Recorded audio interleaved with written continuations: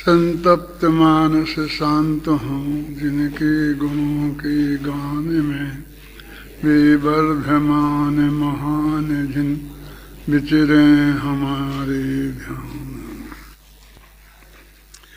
Page number 193 193।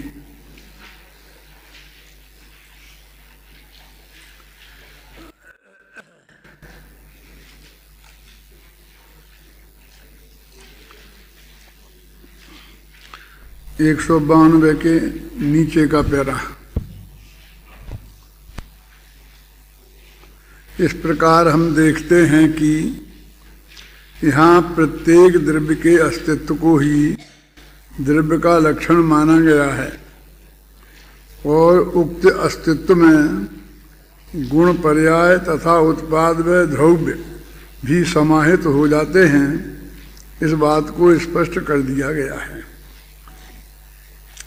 कि द्रव्य और उसके गुणों में जो उत्पादादि रूप परिणमन होता है, परिवर्तन होता है, वह अस्तित्व स्वभाव को छोड़े बिना नहीं होता।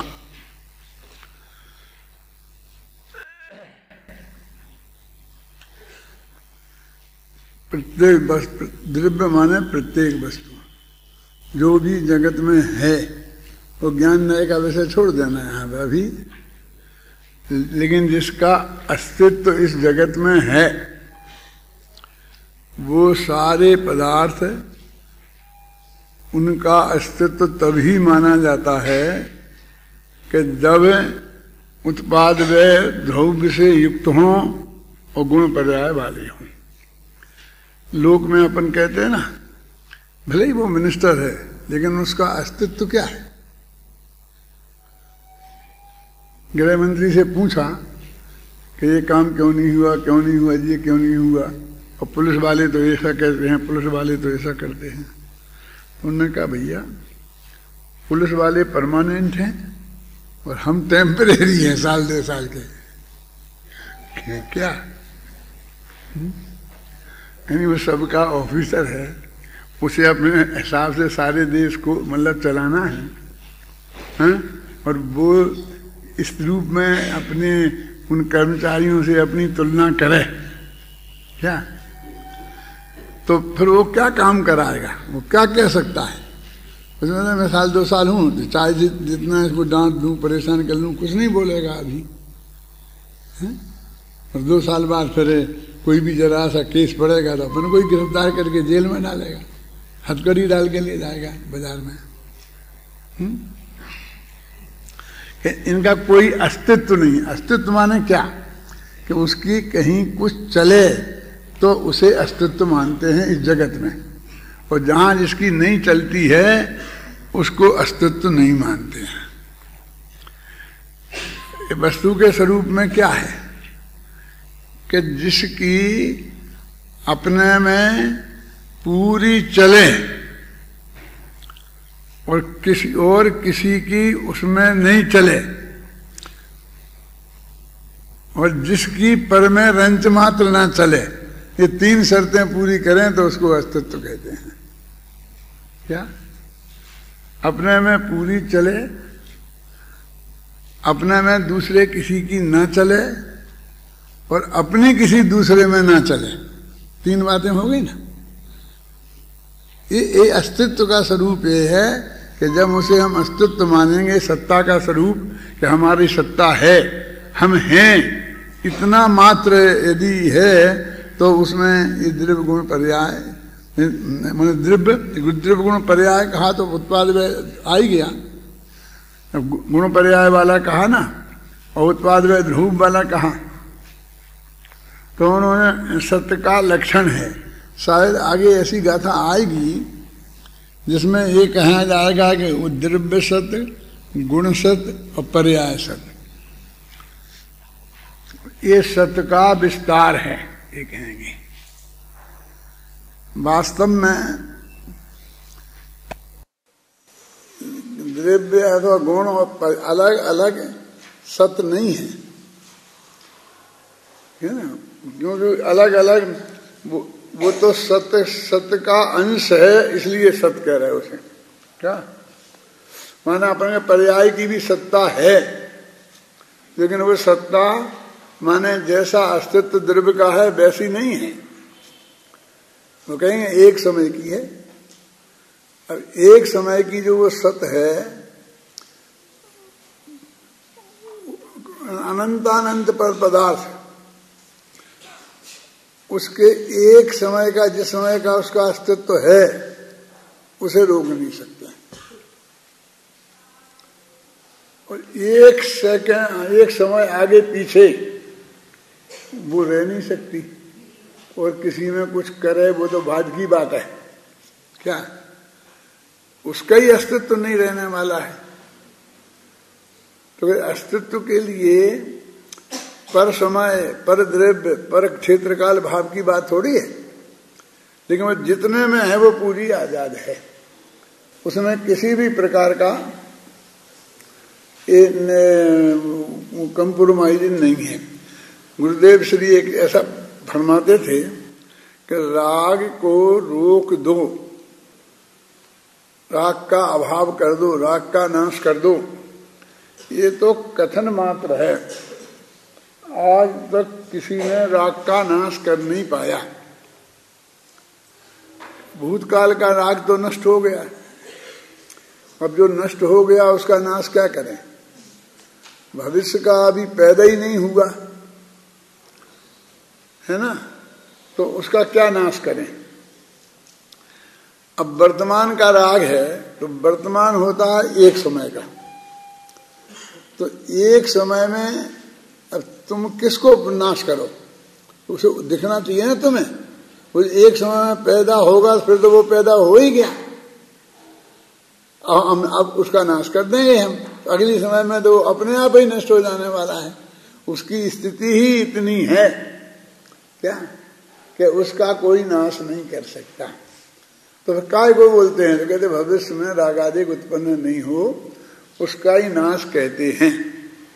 तो वास्तव में ये भी बहुत औपचारिक ही है कि भविष्य का अभी जो अभी कहा ना कि अभी तो पैदा ही नहीं हुआ, तो उसका वो ना पैदा नहीं हो उसके लिए हम क्या कर सकते हैं?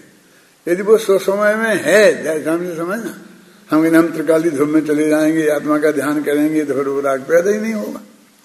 वो तुम्हारे पैदा नहीं होगा, तुम्हारे भविष्य की पर्यायों में उसका अस्तित्व सुनिश्चित नहीं होगा, तभी तुम जो ये कह रहे हम ये कर देंगे, ये कर देंगे, तभी तुम ये कर पाओगे।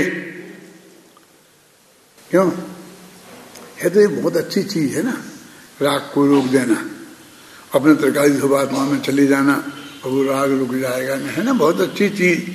अनंत सुख का कारण है, मुक्ति का कारण है, इसके लिए हमारा ये सारा प्रयास है, हैं? तो हमको चाहिए नहीं मोक्ष, तो आज तक क्यों नहीं कर दिया? हमें तुम्हें रास्ता दिख रहा है ना, है? तो आज तक तुम्हारी उपादेय बुद्धि नहीं थी, क्या नहीं था कि हमको करना ही नहीं था। अरे समझ रहे क्या कह रहा हूं? कि यदि इतना सरल है कि आप अपने आत्मा में चले जाओगे तो भविष्य में वो राग पैदा नहीं होगा। कौन? जो पैदा होने वाला था। जो पैदा होने वाला है उसे तो अनंत सर्वज्ञ मिलके भी नहीं रोक सकते। क्या समझ रहे हैं? क्या कह रहा हूं मैं? मेरा दिमाग एक कदम आगे जाता है, लोगों को पता लगता है बगैर फिर इससे आप तो हमारा कुछ नहीं रहा, हमारे हाथ में कुछ नहीं रहा। कि तुम्हारे हाथ में कुछ रखना नहीं है ना, क्योंकि तुम्हारे हाथ में जो रहता है वो तुम्हारे लिए बोझा है, उसका नाम दुख है, उसका नाम आकुलता है, क्योंकि वो ही रहने वाली है तुम्हारे हाथ में। नहीं मेरी जिम्मेवारी, जिम्मेवारी माने आकुलता है। तो भविष्य का तो नहीं हो गई सो हो गई गलती, अब भविष्य में तो ये राग में नहीं आने दूंगा। वस्तु का स्वरूप तो ये बोलता है कि भविष्य में जो राग आना ही नहीं है वो ही नहीं आएगा। जो मैं एक दफे और भी कहा मैंने कि वो कहते हैं ये तो इस राग का कर्ता आत्मा नहीं है। किसका? मैं अनंतानुबंधी संबंधी राग का कर्ता समय दृष्टि आत्मा नहीं है, ऐसा बोलते हैं ना। इस राग का कर्ता। इसमें क्या दम है कैलाश जी? ये तो कोई बात ही नहीं हुई, क्योंकि सम्यक दृष्टि के अनंतानुबंधी संबंधी राग है ही नहीं। और जो नहीं है उसका कर्ता मैं नहीं हूं, इसका क्या मतलब? रागम में लिखा है, रागम में लिखा है, तो समझो तो उसका अर्थ। तो फिर राग का कर्ता नहीं है ना, कि इस अपेक्षा लिखा है। तो अभी जो कितना, अभी ढेर सारा राग है, अनंतानुबंधी की अपेक्षा बहुत कम होगा, लेकिन अप्रत्याख्यानावरण का, प्रत्याख्यानावरण का, संजुलन का इतना राग अभी है कि नहीं है? ये कम नहीं है। ये जो समय साल लिखा गया, ये समझ लो उसी राग का कार्य है, तो उसी राग के काल में एक काम हुआ है और उसका निमित्त ये है ना। मेरा मतलब अभी इतना ढेर सारा जो चौथे गुणस्थान से 13वें गुणस्थान का अंतर है, वो अंतर सारा राग विद्यमान है ना, कि वो राग तो उसके विद्यमान है, इसलिए एक निश्चय नय से वो उसका कर्ता आत्मा है। और उसका नाम क्या है? अशुद्ध निश्चय नय। अशुद्ध निश्चय नय इसलिए नाम नहीं है क्योंकि वो अशुद्ध है, उसमें कोई अशुद्धि नहीं है। वो तो शुद्ध निश्चय नय जैसा ही ज्ञान की पर्याय है। जैसा शुद्ध निश्चय नय सम्यक पर्याय है ना, सम्यक, वो भी सम्यक पर्याय है। तो अशुद्ध नाम क्यों दिया? अशुद्ध नाम तो सिर्फ उसका विषय अशुद्ध है, वो अशुद्ध को विषय बनाता है, इसलिए उसका नाम अशुद्ध हो गया। कोई यदि अपने नाम नहीं ले सकते, समझो निम्न कर्मचारी है, सफाई कर्मचारी है, तो सफाई कर्मचारी को जो डील करे उसको सफाई कर्मचारी कहते हैं। वो एक डिपार्टमेंट होगा ना सफाई का, तो उसमें जितने जो सफाई करेंगे वे उसके कर्मचारी हैं, जो उन्हें डील करेंगे वे उसके कर्मचारी हैं कि नहीं? क्यों? आईएएस ऑफिसर हो, वे सब मिलकर एक सफाई कर्मचारी हैं कि नहीं? क्या बात करते, मैं सफाई कर्मचारी हूं। तुम्हारे दिमाग में ये घुस गया है कि जो सफाई करे वो सफाई कर्मचारी है, जो सफाई करा है वो सफाई कर्मचारी नहीं है, क्या? मैंने उसी डिपार्टमेंट का है ना। तो ऐसे विचारे निश्चय, अशुद्ध निश्चय नय को, तो ये रागादि भाव अशुद्ध हैं, इसलिए उसका नाम अशुद्ध पड़ा। इसलिए घबराओ मत, शुद्ध निश्चय नय से नहीं है, वो तो अशुद्ध निश्चय नय से है। ऐसा हम करते हैं जैसे अशुद्ध निश्चय नय झूठा हो और शुद्ध निश्चय नय सही हो। हम दोनों को बराबर वजन नहीं देना चाहते, है कि नहीं? हमारे दिमाग में से, जबकि वस्तुस्थिति क्या है? वो तो निश्चय नय का एक भेद है, क्योंकि वो अपनी पर्याय है। यदि उस अपनी पर्याय को करता हम अपन को नहीं कहेंगे, समझ गया ना? मान लो कि नहीं, आपको नहीं है स्वीकार, नहीं कहेंगे। जो राग अपने में पैदा हो रहा है, जो नहीं है उसकी तो बात जाने दो, तो उसका कर्ता अपने को नहीं कहेंगे, तो फिर किसको कहेंगे? अपन के अलावा दुनिया में जो कुछ भी है, जिसको भी हम कहेंगे, कर्म के उदय को या जो भी आप बता, जिसने गाली दी उसको जो भी कहना हो, तो वो उसके लिए पर है कि स्वा? पर है, तो फिर एक द्रव्य का कर्ता दूसरे द्रव्य को मानना पड़ेगा। तो घर में ऐसा है, बिल्ली को निकालने के लिए ऊंट को घुसा दिया, समझ में ना? निकालनी थी बिल्ली, अंदर घुस गई थी, तो ऊंट को घुसा दिया। तो बिल्ली तो निकली, चाहे नहीं निकली, लेकिन ऊंट तो घुस ही गया। ये होते है ना। अपने मकान अपन ने किराए से दे रखा है, अब आजकल तो इतने कड़क नियम हो गए हैं कि किराए से खाली हो जाता है। मैंने पहले मकान मालिक बहुत परेशान थे, एक दफे जिसने ले लिया वो खाली करता ही नहीं था, आधी पौनी कीमत में उसको ही बेचना पड़ता था वो अपना मकान। पर जिस दिन वो किराए पे लगा दिया उस दिन से अपना है ही नहीं। तो ये कुछ गुंडे लोग रहते थे, तो उन गुंडे लोगों से को पैसा दे दे के वे कहते हम खाली करा देंगे, और फिर वे खाली कराने के लिए उसे परेशान करते थे और उसे कहते थे चुपचाप यहाँ से खाली करके चला जा, नहीं तो हम तेरे को रोज ना परेशान करेंगे। ऐसे गुंडे लोग खाली कराते थे। फिर धीरे धीरे क्या होने लग गया कि वे गुंडे लोग कहने लग गए कि ये हम इनको करते हैं ना परेशान, तो ये पुलिस में रिपोर्ट लिखाते हैं, फिर हमें पुलिस वाले परेशान करते हैं, तो पुलिस वालों को कुछ देना पड़ता है। आप समझे ना? तो ऐसा करो कि तुम इसे हमारे नाम पे किराएनामा लिख दो। क्या अब गैर कानूनी है कि कानूनी है, ये हम निपट लेंगे बस, कि तुम जब तक तुम रहते हो, तुम किराएनामे पे हो, तुम हमें लिख के दे नहीं सकते हो, क्योंकि तुमको क्या करना, तुम तो हमें लिख के दे दो, फिर हम देख लेंगे। मगर मेरे पास में किराए से मुझे मिला है, खलो खाली, नहीं तो मैं करता। इस तरह से वो परेशान करते थे। जी अच्छा रास्ता निकला। फिर क्या करते थे कि बाद में उसी मकान पे जम के रह जाते थे कि मुझे को भी तकलीफ है। सेठ जी तो आप उसके क्या किराया लेते थे? उसे 10 रुपया मेरे से ज्यादा ही ले लो।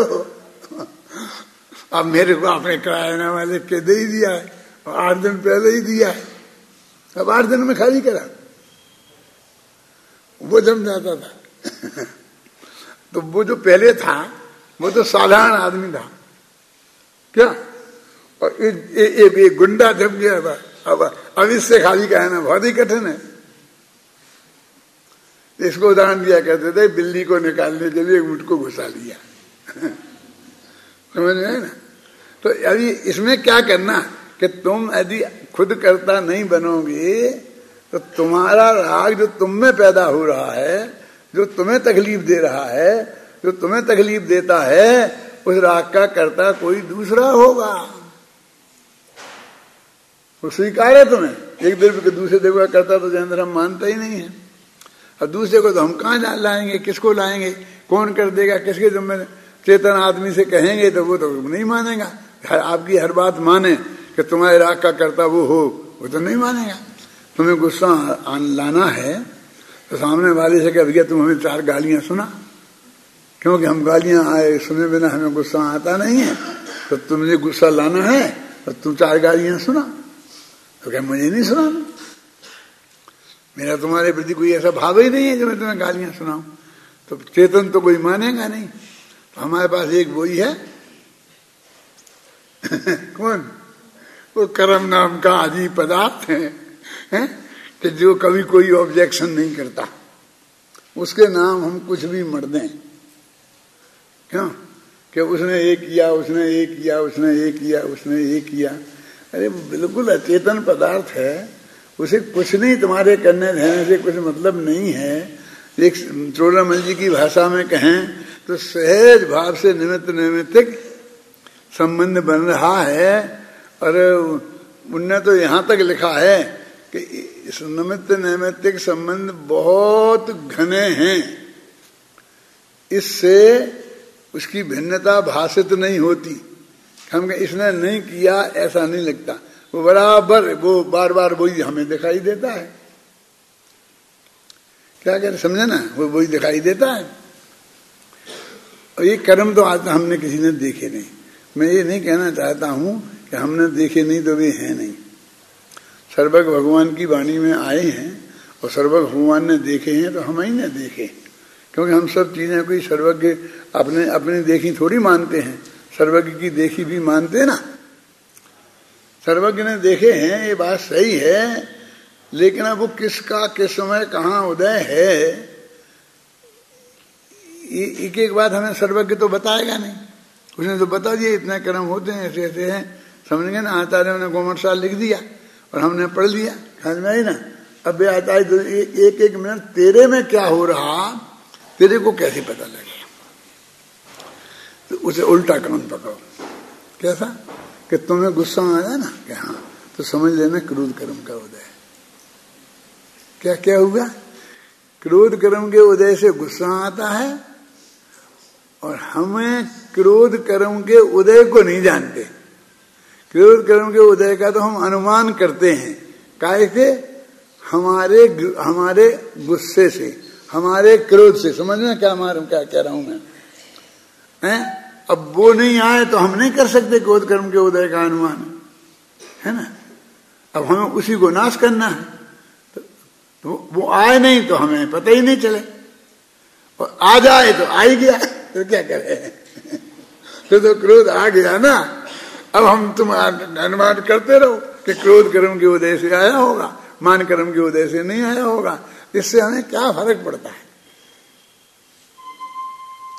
तो तोरमल जी ने क्या लिखा वहां, ये लिखा कि ठीक है वो कर्म के उपसमाधि की तुम बात करते हो।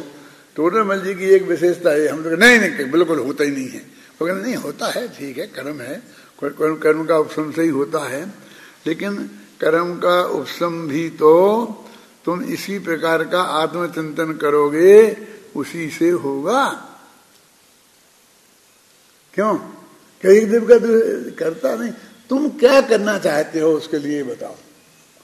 कर्म के नाश के लिए किस बात की परमिशन चाहते हो? कर्म को डंडा मारो, पिटाई करो, उसमें आग लगा दो, क्या करना चाहते हो? कर्म के नाश करने की विधि जनागम में ये बताई कि तुम अपने आत्मा को जानो। क्या हम ये कह रहे हैं कभी तुम छोड़ो कर्म भ्रम को, अपने आत्मा को जानो। कि छोड़े कैसे? हमें उनका तो नाश करना है, तो उनके नाश करने के लिए उन्हें छोड़ना पड़ेगा और आत्मा को जानना पड़ेगा, क्योंकि उन्हें छोड़े बिना आत्मा जानने में आएगा नहीं। क्या? उन्हें छोड़े बिना आत्मा जानने में आएगा नहीं। तो वो तो हमारे लिए जिसे अपन बोलते हैं ना लाइबिलिटी हो गया, हमारे लिए सहयोगी नहीं हुआ, बल्कि हमारे माथे उसकी जिम्मेवारी है हो गई। इसलिए कहते भाई कि हम रागादेश के कर्ता जिस अपेक्षा से कहा है, वो आचार्यों में कोई पागल नहीं थे, इसलिए क्योंकि यदि नहीं मानेंगे तो पर द्रव्य के माथे कर्तृत्व जाता है। तो एक द्रव्य दूसरे द्रव्य का कर्ता नहीं है, इस महासत्य को पहले पक्का करो बिल्कुल, तब दूसरी बात करो कि रागादेश का कर्ता है कि नहीं। वो कहते हैं कौन होगा करोड़पति में, पक्की बात पक्की बाउंड क्या बोलता है, लॉक कर दिया जाए। लॉक पहले इसे लॉक करो, काय को कि एक द्रव्य दूसरे द्रव्य का कर्ता नहीं है। वो ये लॉक कर दिया, अच्छा कर दिया कि चाबी कुएं में फेंक दो। समझ में आया ना, क्योंकि तुम्हारा भरोसा नहीं है। तुमने लॉक कर दिया तो तुम्हारे पास चाबी रहेगी तो तुम फिर खोल लोगे। क्यों है? माने ये जो महासत्य है कौन सा, एक देव दूसरे देव का कर्ता नहीं है। हम कुछ भी कहें आगे, लेकिन तुम इस महासत्य से डिगना मत। अब वो रागादेश का कर्ता कौन है बोलो अब, क्यों पर को तो कह नहीं सकते, तो फिर अकेला 100 ही बचा। सारी दुनिया को 2 भागों में बांटो, 100 और पर में, तो 2 ही होते हैं, और पर कहते ही तुमने सारे पर की छुट्टी कर दी ना, तो अब अकेला आत्मा ही बचा। अब उसको ही कहना पड़ेगा, क्या उपाय बताओ। इसलिए उन्होंने नियम बना दिया, यह परिणमति सकर्ता, यह परिणमति सकर्ता, जो परिणमित होता है वो करता है। पाणिनि जी आ गए कि नहीं, एक शर्त और है, स्वतंत्र कर्ता। उस कर्ता को स्वतंत्र होना चाहिए। क्या? मालिक ने आज्ञा दी और नौकर ने काम किया, समझ में ना, तो फिर मालिक करता है। अब गाथा समय सार में आती है ना, कौन क्या बोलते हैं उसको, हाँ प्राकरणिक वाली गाथा 2-4 दिन पहले प्रवचन में आई थी शायद। तो वो अब यहां एक दूसरी बात कह रहे हैं, ये कह रहे कि नहीं, नौकर ने किया है तो मालिक की आज्ञा से किया, तो भी नौकर को छुट्टी नहीं मिलेगी। मालिक ने आज्ञा दी थी तो मालिक को सजा मिलेगी अलग से, नौकर उससे छूटेगा नहीं। समझ में ना क्या कह रहा हूं मैं। नौकर से कहा इसकी गोली मार के हत्या कर दो, और उसने कर दी, तो फांसी पे तो नौकर ही चढ़ेगा, कैसा इस मालिक ने आज्ञा दी थी तो उसे आज्ञा देने की अलग सजा मिलेगी, जो भी नियम होगी भारतीय संविधान में, उकसाने की, जो भी नाम देना हो क्या नहीं, लेकिन तुम बरी नहीं हो सकते। ये समझ में आया क्या कह रहे हैं? क्यों? तो अब टोडरमल जी क्या कहते हैं इसमें? कहते तुम मालिक ने आज्ञा दी तो तुम उस काम करने को राजी हुए ना। सब कैसे नहीं हो तो मेरी नौकरी छूट जाती। तो नौकरी के पाने के लिए राजी हुए ना। फिर ऐसे ही दूसरा वाला कहता है कि मुझे इसने मारने के लिए 1000 रुपया दिया, यदि मैं नहीं मारता तो 1000 रुपया नहीं देता है। समझे ना? तो तू 1000 रुपया लेके राजी हुआ कि नहीं? कि मेरे को सजा काहेगी होती इनको तो, क्योंकि तू राजी हुआ, स्वतंत्र रूप से तूने मारा है। स्वतंत्र करता पाणिनि को जवाब दे रहा हूं मैं। यह परिणमति सा करता के साथ में स्वतंत्र करता लगा हुआ है। वो प्राकरणिक वाली गाथा को बगल में रखो। गुरुदेव की भाषा में कहूं तो खबर छे, बड़ी खबर छे। वो गाथा का भी हमें पता है क्या कि उसका क्या अपेक्षा है, लेकिन ये अपेक्षा समझ में आई ना। हम क्या समझते हैं तो ये तो पूरा माथा प्राकरणिक पे चला गया। अब हम तो बिल्कुल बरी हैं, हम चाहे जितने मारेंगे क्यों। तो ये सारे जितने सैनिक हैं, सेनापति आज्ञा देता है, सेनापति को प्रधानमंत्री आज्ञा देता है। ख्याल में आई ना? प्रधानमंत्री को सारी लोकसभा करती है, अनुमोदना सारा देश करता है कि नहीं तो हटा देना, पाकिस्तान को तो खत्म ही कर देना चाहिए। क्यों? वो बेचारा क्या, लेकिन आज तक कोई सिपाही बचा नहीं। सामने वाले ने पकड़ लिया तो खूब यातना दे दे के मारा, सामने गोली से मार दिया, उस सजा में से तो निकला है कि अदालत में से। अरे कहाँ ही अदालत कौन पूछता है तुम्हारे? वहां तो वो निरंतर उन गोलियों के बीच में से आया है, कितनी गोलियां खाते खाते हाथ पैर तोड़वा के आया है, वो कहाँ सब सजा से बचा है। दूसरा आज्ञा देगे करवा देगा तो हम सजा अपराधी नहीं होंगे, इस धोखे में मत रहना।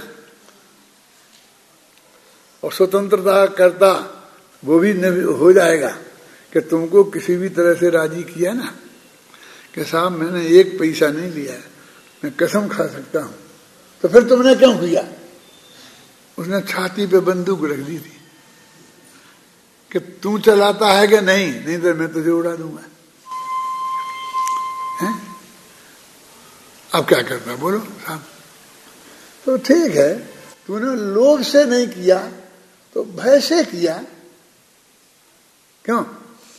भय नो कसाय है, लोभ कसाय है। क्यों? यही तो फर्क है। अपराध तो दोनों एक सही हुआ, चाहे लोभ से करे चाहे भय से करे। क्लियर लिखा है श्रावकाचार्य में, भयासास ने लोभास्ते कुदेवागम लिंगिनाम प्रणाम विनयम चैवे न कुर्यु सिद्ध दृष्टया। अन्ना जी बता रहे थे आपको कि भाई गीत मिथ्या तो छूट गया तो सम्य दर्शन हो गया, ऐसा मत समझ लेना है। बता रहे थे ना, वो तो तुमने नई कमाई की थी इस मनुष्य भव में। देवों के कहाँ है, नारकियों के कहाँ है, त्रिंचों के भी ज्यादातर कहाँ है ना।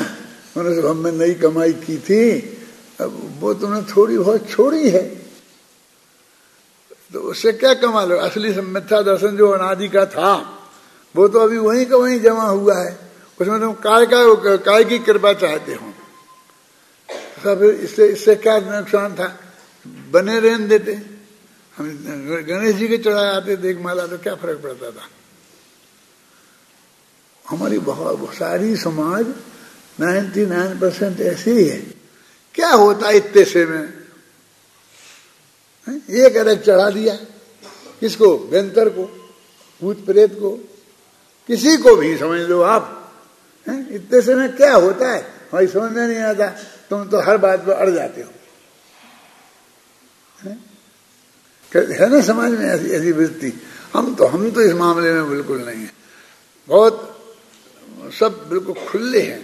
कोई ये कहता है कि हम तो सबको मानते हैं, माने सब दिगंबरों को मानते हैं, तो वो अपने को खुले बताता। दूसरा उससे बड़ा खुला आता है, वो कहता हमसे तो अम्बर दिगंबर, हमें कोई भेदभाव नहीं है।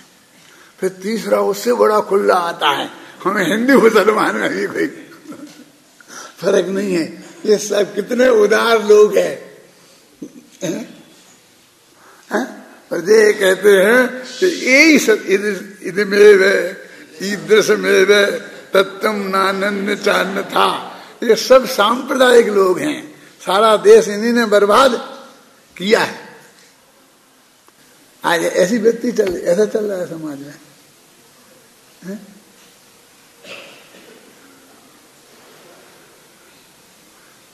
तुमको क्या थोड़ी सी इतनी सी आरती ऐसी कर ली तो तुम्हारे बाप को क्या बिगड़ता है?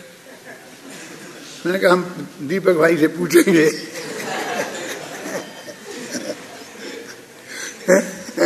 कि उसमें कितने दीप हैं।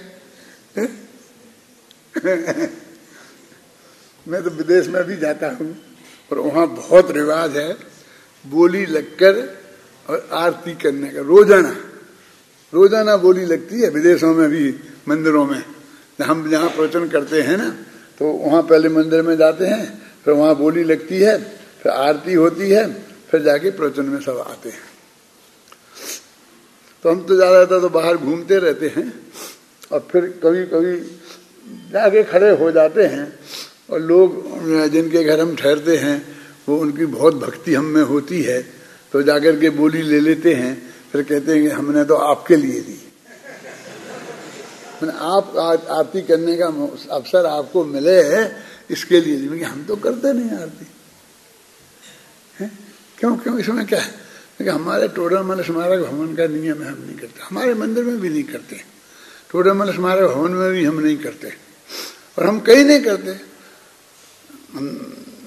विशेषतः लोग होते ना, क्योंकि हम तो दिगंबर मंदिर में भी नहीं करते, अपने मंदिर में भी नहीं करते। हम आरती नहीं, उनसे ये कहो कि हम तुम्हारे श्वेतांबर भगवान की नहीं करेंगे, दिगंबर भगवान ही करेंगे, तो हम और बड़े सांप्रदायिक हो जाएंगे। लेकिन हम करते ही नहीं ना। क्या शांति जी कुछ नहीं बताता, कोई कुछ नहीं कहता हमसे। तो हमारे प्रवचन में भी एक संख्या कम नहीं होती, सब सुनते हैं सबसे प्रेम से, शांति से, पर वो जानते वे तो करते ही नहीं है। उसमें क्या है? जैसे हम कह देते हैं ना कभी हम तो ये रोटी में घी खाते ही नहीं है, तो कोई बुरा नहीं मानता है, तो वो उसको क्यों मानेगा? घी जैसी चीज छोड़ी, उसका बुरा नहीं माना। हम लोग घी खाते नहीं है तो घी की आरती नहीं करते, तो इसमें क्या आश्चर्य है? काय को समझौता करना है कि वो चांदी की, सैल की, फलाने की, वो इससे ज्यादा अशुद्ध है, वो उससे ज्यादा शुद्ध है। लेकिन जरूरत ही नहीं है ना, है? बोलो, वस्तु के स्वरूप में ही नहीं है। जिन आगम का हम गहराई से अध्ययन करें और वो हमारे जीवन में थोड़ा सहज भाव से आवे, एक तो आता नहीं है, बहुत मुश्किल है, और आवे तो ये जबरदस्ती हम उसको नहीं आने देते हैं। देखो कहाँ पढ़ रहे अपन, मुझे पंक्ति बताओ।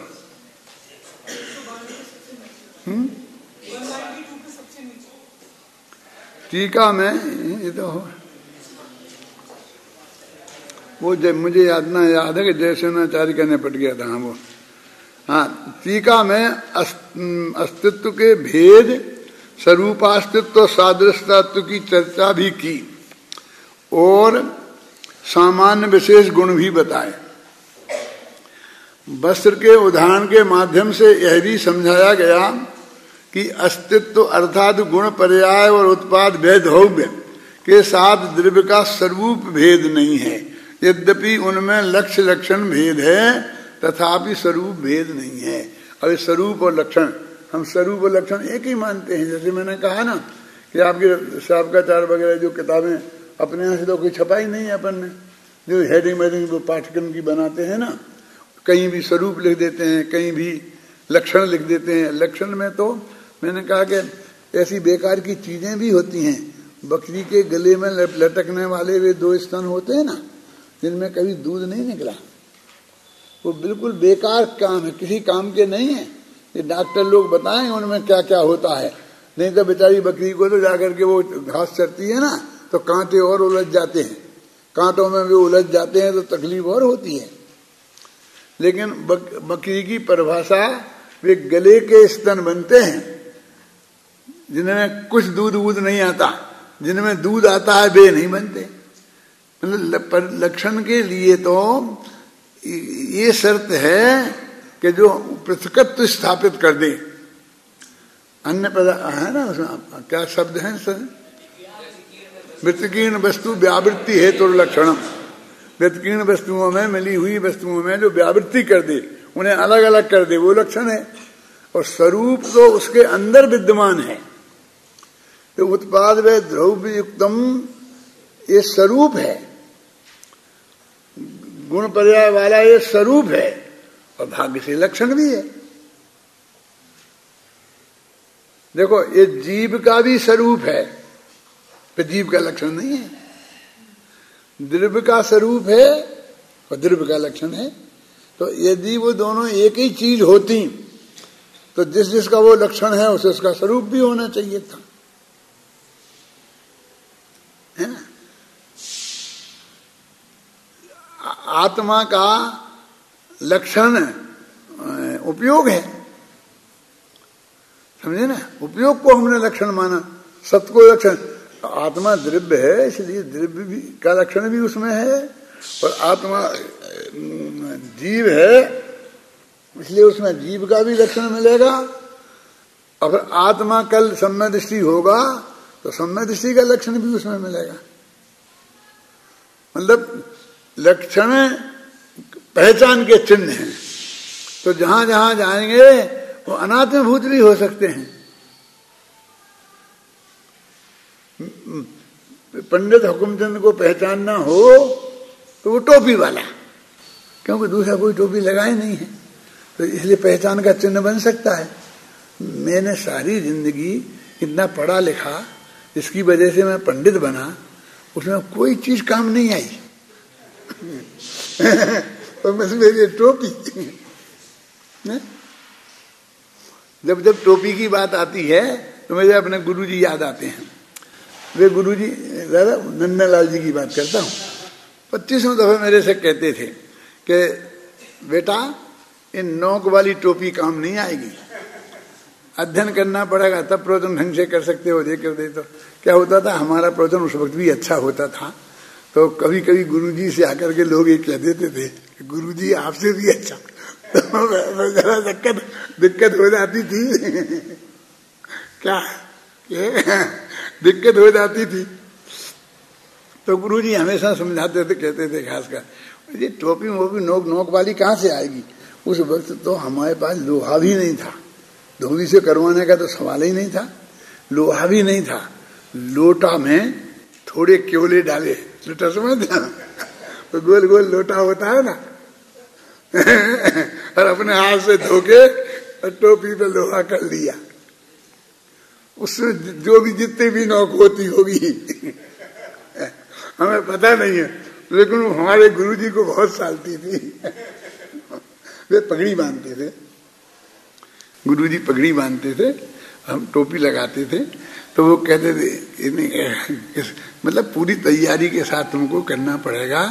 इस तरह तुम समझते हो हम बढ़िया टोपी लगा लगूंगे नोकदार और पंडित बन गए तो उसमें मत रहना। माने देश से ही काम नहीं चलेगा, इसका मतलब देश की छुट्टी नहीं है, देश में तो उसमें रहना ही पड़ेगा, समझ नहीं ना। टोपी तो लगानी ही पड़ेगी। हमारे अशोकनगर में तो ऐसा हुआ था कि सब श्रोता भी टोपी लगाए। अब ये कितना कठिन है बोलो, यहाँ चला सकते हैं, बहुत कठिन हो गया काम।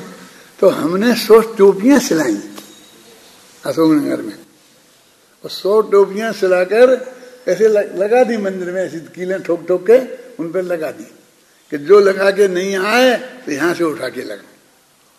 लेकिन प्रवचन में बैठो तो टोपी लगा के बैठो, नंगे सिर बैठते हैं, मर्यादा नहीं है, ये शास्त्र का अपमान है।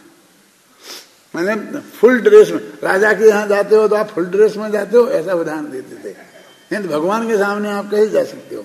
भगवान दर्शन करने जाओ तो टोपी लगा के जाना पड़ता था। अब मैंने देखा कि जो हमने मंदिर में जगाने के लिए लगाई थी सात सभा में बैठने के लिए, अब वो मंदिर में टोपियां तो यहां भी रखी रहती हैं। तुमने देखी कभी? क्या काम आती हैं?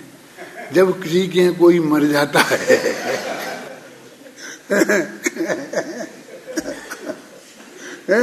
तो वो बैठते हैं कि हम घर वाले हैं, इसके प्रमाण स्वरूप वो टोपी लगानी पड़ती है।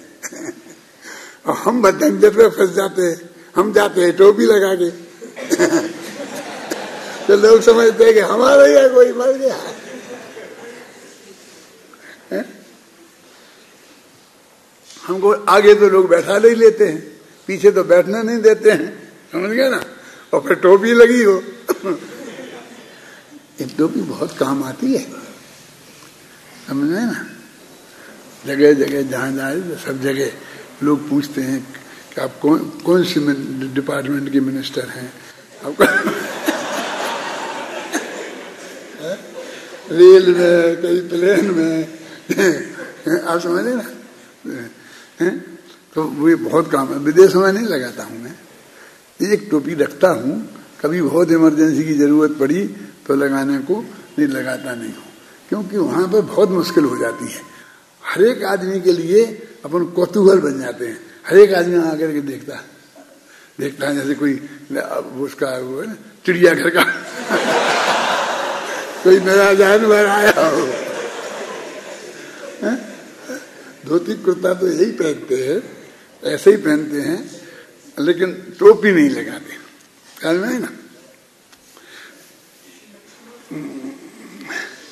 अस्तित्व की बात चल रही थी ना, टीका में अस्तित्व, स्वरूपास्तित्व, सादृश्य अस्तित्व की चर्चा की है। मुझे बताया वस्त्र की, जो लोग स्वरूप और लक्षण को एक ही मान लेते हैं, यही बात चल रही थी ना, उन्हें आचार्य अमृतचंद्र के इस कथन पर विशेष ध्यान देना चाहिए कि लक्षण भेद तो है पर स्वरूप भेद नहीं है।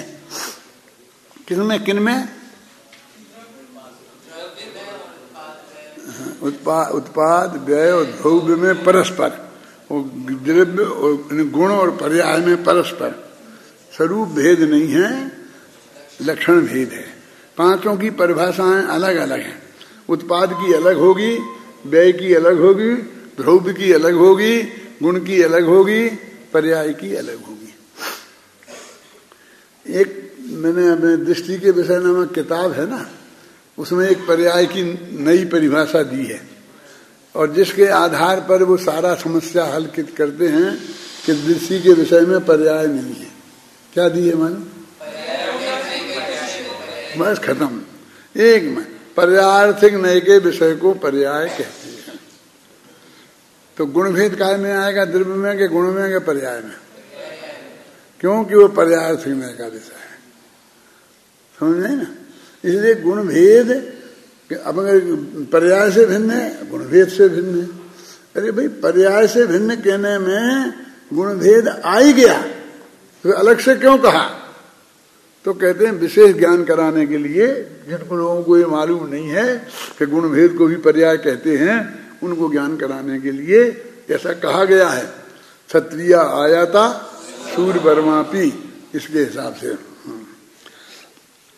अस्तित्व सभी का एक है, अतः स्वरूप भेद नहीं है, पर सभी के लक्षण भिन्न भिन्न हैं, इसलिए लक्षण भेद है। उक्त सभी के लक्षण टीका में दिए गए हैं, अतः यहाँ विशेष कुछ लिखने की आवश्यकता नहीं है। महासत्ता सादृश्य अस्तित्व का ही दूसरा नाम है, और अवान्तर सत्ता स्वरूपास्तित्व का ही दूसरा नाम है। अपने स्वभाव को छोड़े बिना, इस पद का अर्थ है वस्तु स्वरूपास्तित्व को छोड़े बिना सादृश्य अस्तित्व में सम्मिलित है। क्या अर्थ इसका? हमको ऐसा लगता है कि जब हम महासत्ता की अपेक्षा, मानो सादृश्य अस्तित्व की अपेक्षा सब एक हैं,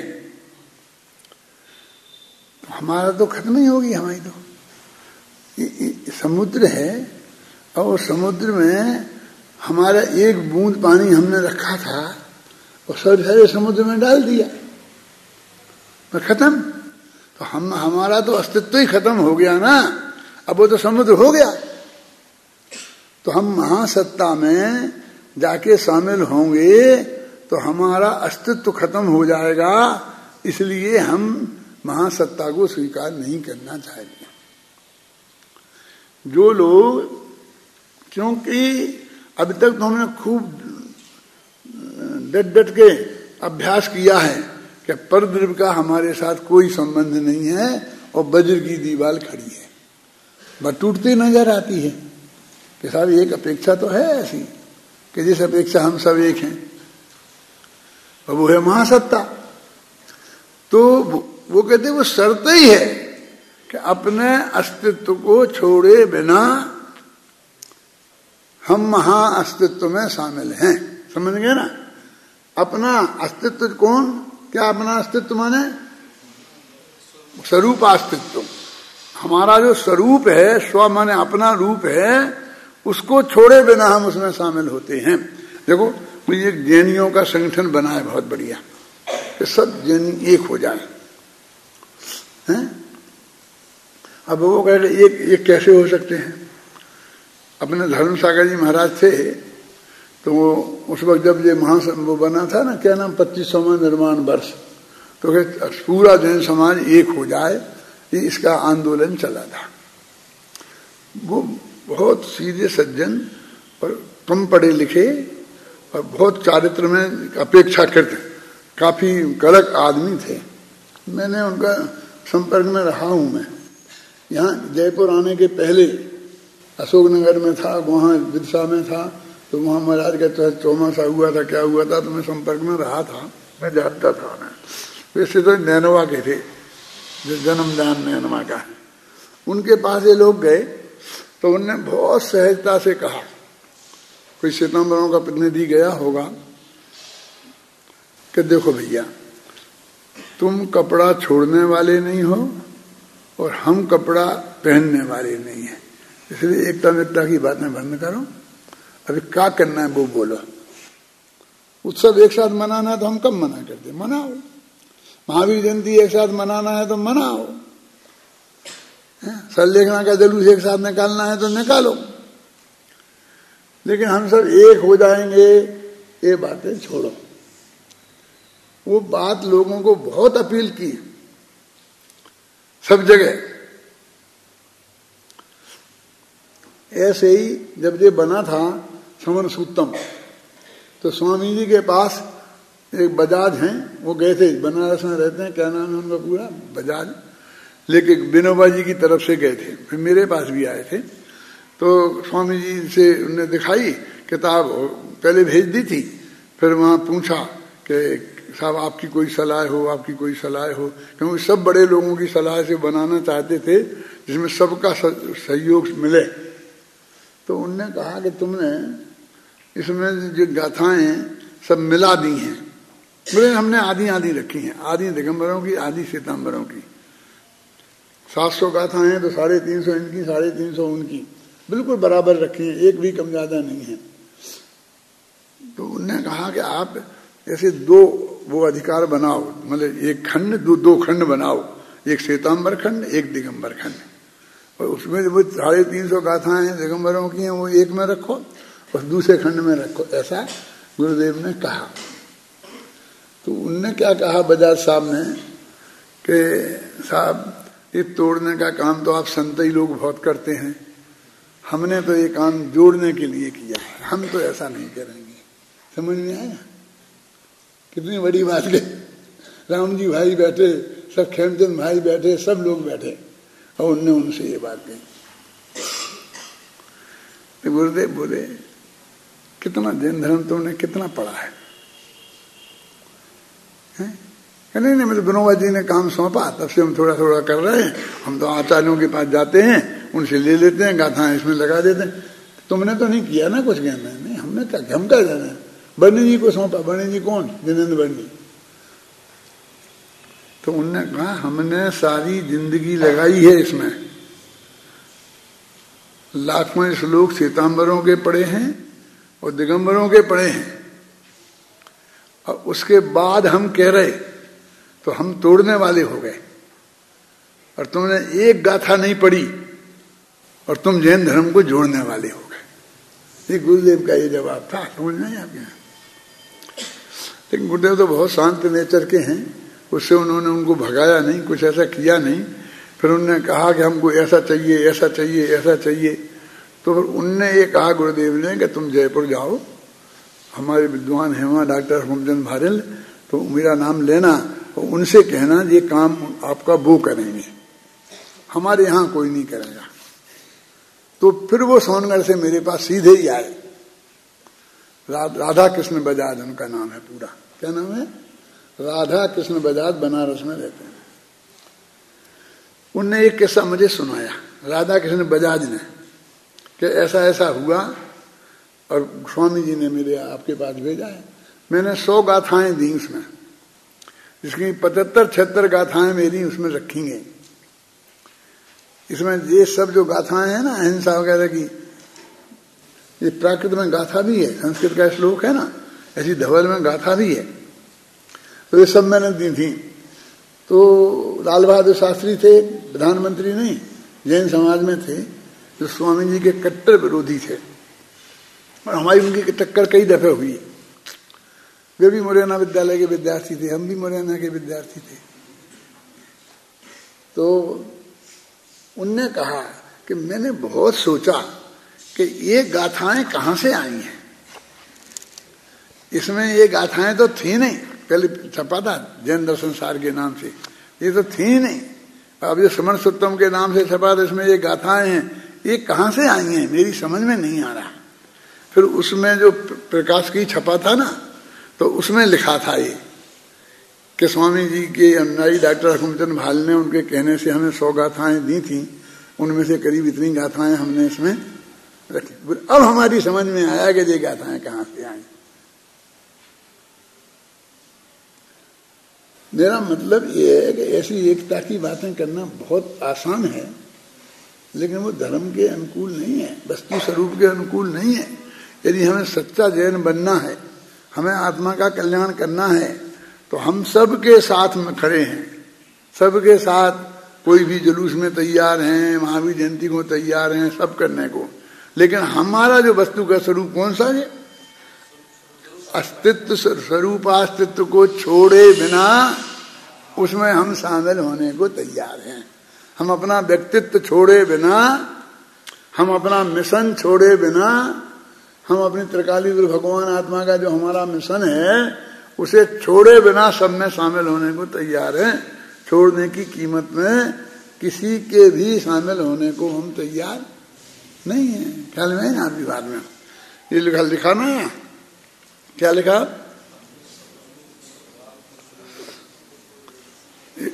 उनके अपने स्वभाव को छोड़े बिना, इस पद का अर्थ है कि वस्तु स्वरूप अस्तित्व को छोड़े बिना सादृश्य अस्तित्व में सम्मिलित है। देखो हम जैन भी हैं और दिगंबर भी, क्योंकि हम दिगंबर जैन हैं। क्या है लिखा ना? ये बात जो मैंने आपको समझाई है वो कितनी सशक्त भाषा में लिखी है।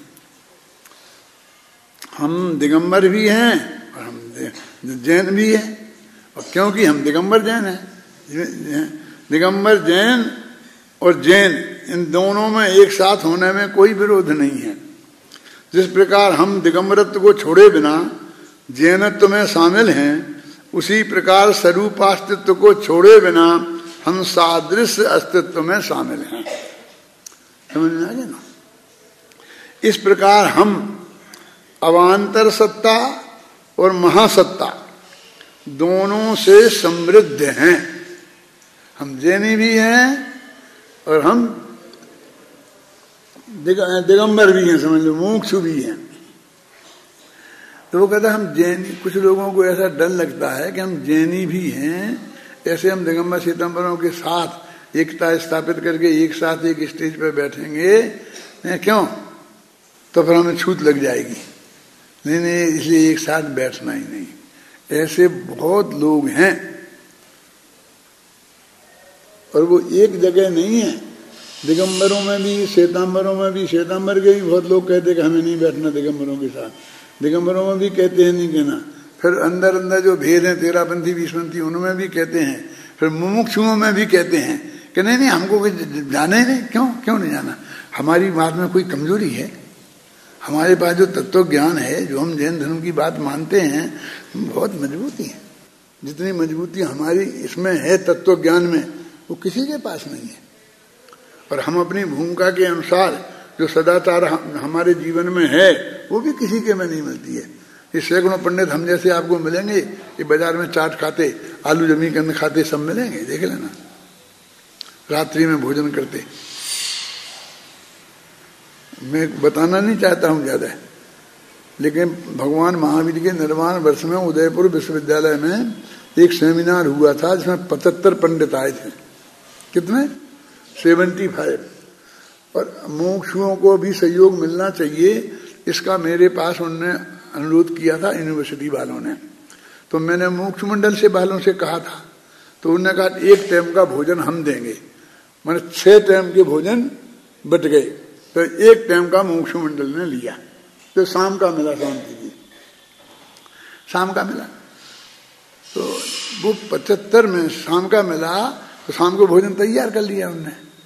75 विद्वानों में से 72 विद्वान दिन में खाने को तैयार नहीं थे। बोल रहा हूं मैं, गद्दी पे बैठ के बोल रहा हूं, इसमें जा रहा है टीवी में, जाएगा टीवी पे। 3 विद्वान थे जो कहते थे हम दिन में खाएंगे। दिन में एक मैं, एक कस्तूरचंद जी कासलीवाल, अब डॉक्टर यहाँ थे ना, और एक शायद डॉक्टर देवेंद्र कुमार, कोई ऐसे 3 लोग थे जिनने दिन में खाया, बाकी ने सब रात में खाया। बोलो क्या करें? माने एक दिन भी दिन में नहीं खा सकते, क्यों? प्रतिज्ञा भंग हो जाएगी।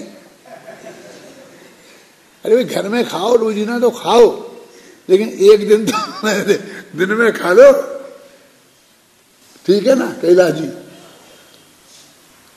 और देखना है, किसी भी शादी में चले जाना, उस कार्ड में लिखा रहता है दिन में भोजन की भी व्यवस्था है। मैंने कहा कोई ऐसा रात्रि भोजन वाला आया तो लिखो कि रात्रि में भी भोजन की व्यवस्था है, बाकी सब क्या तो दिन में रखो। तो दिन में भी व्यवस्था है ऐसा। और जब दिन की व्यवस्था में जाते हैं कभी, अब तो हमारा बंदा ही है, बिल्कुल कहीं जाते ही नहीं, उसमें 2-4 आदमी मुश्किल से मिलते हैं, और हमारी उम्र के ही होते हैं। क्यों? समझ नहीं ना? ये हालत है हमारी सब जैनियों की। तो हमको काय का डर है? मैं ये बताना चाहता हूं आप लोगों विद्वानों को, बिल्कुल चौड़ी छाती रख करके, छाती ठोक के खड़े रहना कि सबके साथ, कि हाँ चलो सबके साथ चलें, सबके साथ चलें। डरें बे जिनमें कोई कमजोरी हो। क्यों? तत्व ज्ञान में भी हमारी कमजोरी नहीं है, हमारे आचरण में भी हमारी कमजोरी नहीं है, हमारी श्रद्धा में भी कोई हमारी कमजोरी नहीं है। हम पक्के जैन, दिगंबर जैन हैं, किसी से भी 1% भी 19 से नहीं है। तो फिर हम क्यों डरें कि हम यहां नहीं जाते, वहां नहीं जाना नहीं पाए, अलग है, नहीं अपनी स्वास्थ्य नहीं हो और कारण हो नहीं जा पाए, नहीं जाए, हमें प्रॉपर सम्मान के साथ नहीं बुलाया जाए तो हम नहीं जाए। लेकिन हम यानी हमें अपनी अवान्तर सत्ता को कायम रखने के लिए महासत्ता में शामिल होने से इनकार करने की जरूरत नहीं है, ये कह रहा हूं। उसका ये प्रैक्टिकल रूप है। समझ गए ना? देखो इस प्रकार अवान्तर सत्ता और महासत्ता दोनों से समृद्ध हैं हम, है ना? क्योंकि हम ज्ञानानंद स्वभावी हैं।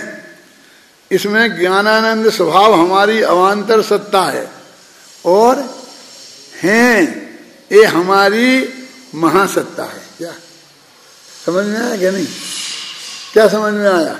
बोलो क्या नाम है तुम्हारा? है? क्या गुणवंत होगा? क्या नाम से क्या दे रखा है? तुम तो बताओ, बात बताओ। हमारी सत्ता है, हाँ, यह मतलब महासत्ता है, और मैं ज्ञानानंद स्वभावी हूँ, यह अवान्तर सत्ता है। यही बताया हमने, यही लिखा है इसमें। इसलिए हमने समझा ना कि तुम सुन ही नहीं रहे ध्यान से, तो समझोगे क्या? बोलो, तुम बताओ। चलो, हमारा ज्ञानानंद स्वभाव है, वह हमारा स्वरूप अस्तित्व है। हाँ, अवान्तर सत्ता है, हाँ। और सद्द्रव्य लक्षण के हिसाब से है, माने ये हमारा सादृश अस्तित्व है। इस प्रकार हम महासत्ता में सब। इसमें लगा मैं ज्ञानानंद स्वभावी हूँ, लिखा ना। तो ज्ञानानंद स्वभाव ये हमारा स्वरूपास्तित्व है, और हूँ ये सादृश अस्तित्व है।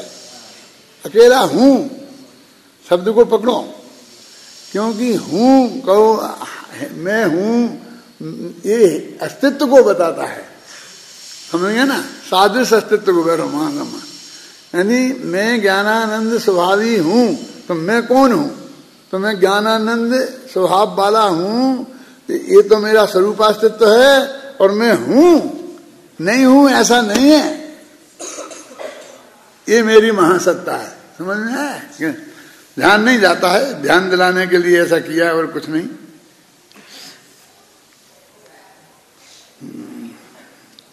देखा ना, इसमें ज्ञानानंद स्वभावी हमारी अवान्तर सत्ता है, और हैं अर्थात अस्तित्व हमारी महासत्ता है। आज लिखा ना इसमें क्लियर, मैं तुम देख भी नहीं रहे थे इसे। ये पूछने का काम अन्ना जी वगैरह करते हैं, मैं करता नहीं हूं, ये तो कभी कभी हो गया। हम चेतन होकर भी उत्पाद व द्रव्य से संयुक्त, ध्यान से सुनना, और गुण पर्याय से युक्त द्रव्य हैं। हम द्रव्य भी हैं, समझे? गुण पर्याय से और चेतन से युक्त, और उत्पाद व द्रव्य से युक्त और गुण पर्यायों से लक्षित हमारी महासत्ता है, और ज्ञानानंद स्वभावी चेतन तत्व से लक्षित होना हमारी अवान्तर सत्ता है। महासत्ता से हम सबसे जुड़े हैं, और अवान्तर सत्ता की वजह से हमारा अस्तित्व पूर्णता स्वतंत्र है।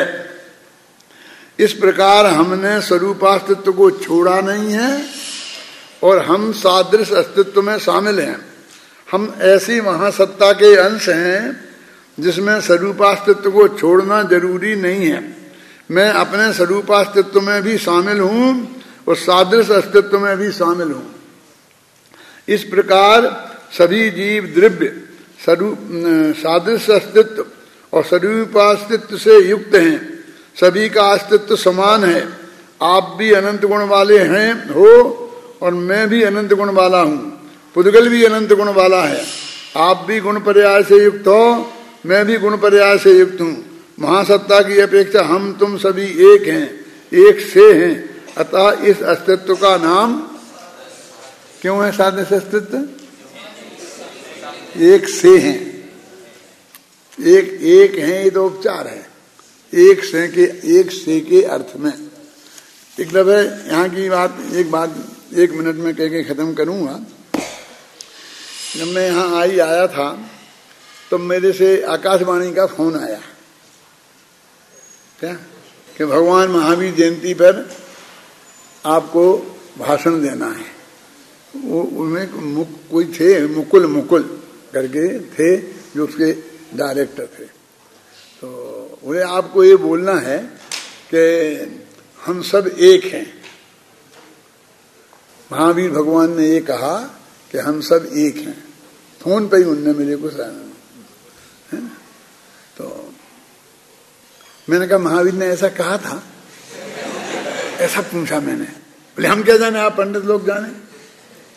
आप मेरे को कह रहे हैं ना कि मैं ऐसा बोलूं, जब आप मुझे बता रहे हैं ना कि मैं बोलूं कि भगवान महावीर ने कहा हम सब एक हैं।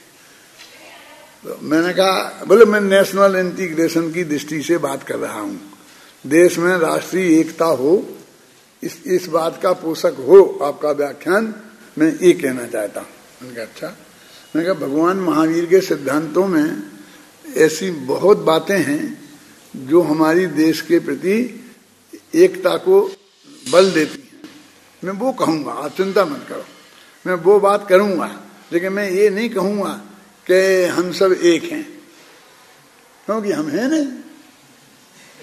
तो फिर मैंने बोला, पहला वाक्य क्या था मालूम मेरे यहाँ, कि भगवान महावीर ने एक कभी नहीं कहा कि हम सब एक हैं, ये कहा कि हम सब एक से हैं। क्योंकि यदि हम एक हैं तो फिर एकता की जरूरत ही क्या है। एकता की जरूरत तो अनेकों में होती है, एक में तो कभी झगड़ा होता ही नहीं है? संगठन की क्या जरूरत है। इसलिए हम बिल्कुल जुदे जुदे हैं लेकिन एक से हैं। एकता का आधार एकता नहीं समानता है। और फिर मैंने समानता के बारे में बताया कि छोटे बड़े की भावना ही मान का आधार है। हमने एक दूसरे को छोटा बड़ा माना, इस वजह से सब चक्कर हुआ। यदि हम सभी एक हैं, यदि कोई छोटा बड़ा नहीं माना जाता होता तो हमारे कोई विकल्प भी खड़ा नहीं होता।